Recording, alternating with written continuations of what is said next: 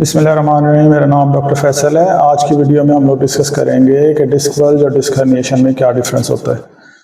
Disc के problems आजकल बहुत ज़्यादा हो गए हैं। डिस्क स्लिप होना ये लोगों को बड़ा पता है, लेकिन डिस्क की आगे जो टाइप्स होते हैं, डिस्क स्लिप की जो टाइप्स होते हैं वो बहुत सारी टाइप्स होती हैं। यानी अगर किसी को कमर में दर्द है तो वो बहुत सारी रीजंस की वजह से हो सकता है, डिस्क की बहुत सारी रीजंस की वजह से हो सकता है। अब उसमें से जो स्पेसिफिक दो ऐसी कंडीशन है ना जो सबसे ज़्यादा कॉमन है, डिस्क बल्ज और डिस्क हर्निएशन, उसके बारे में आपको बताऊंगा कि दोनों में क्या डिफरेंस होता है। बेसिकली रीढ़ की हड्डी के मोहरे जो हैं, वो रीढ़ की हड्डी बेसिकली एक हड्डी नहीं है, ये इतने सारी हड्डियों का ग्रुप है जो कि मिलके उसके बाद हमारी रीढ़ की हड्डी बनती है, जिनको हम वर्टिब्रास या फिर उर्दू में हम मोहरे कहते हैं। डिफरेंट मोहरे जो वो जुड़ के फिर जो रीढ़ की हड्डी बनती है। इन मोहरों के बीच में होती है रबड़। इस तरह से यूँ समझ लें कि ये मोहरा है, दूसरा मोहरा है, ये इस तरह से रबड़ होती है।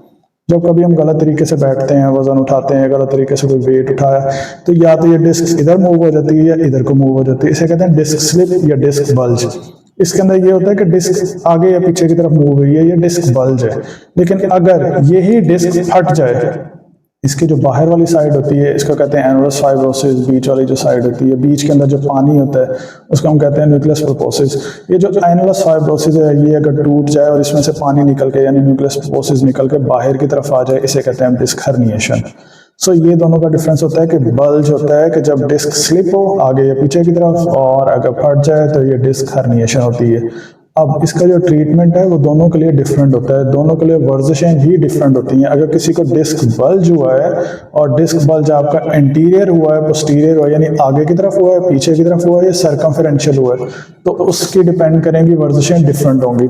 और अगर किसी की हर्निएट हुई है यानी कि फट गई है जो एनुलस फाइब्रोसिस है और उसकी वजह से न्यूक्लियस प्रोपोसिस बाहर आ रहा है, वो कितनी मिकदार में आ रहा है, ज़्यादा बाहर निकल आया है, तो इनके ऊपर डिपेंडेंट होगा कि आपकी वर्जिशें किस तरह से होंगी। अगर ये न्यूक्लियस प्रोपोसिस बहुत ज़्यादा बाहर आ जाए, यानी कि डिस्क बहुत ही स्लिप होकर बाहर आ जाए और करंट की तारों को इस तरह से दबा रही हो कि हमारी टांग में भी दर्द आ रहा है और हमारा यूरिन का भी कंट्रोल नहीं है, इस तरह के पेशेंट के अंदर आप जितनी मर्जी एक्सरसाइज कर लें, जब तक सर्जरी नहीं होगी तब तक वो ठीक नहीं हो सकते।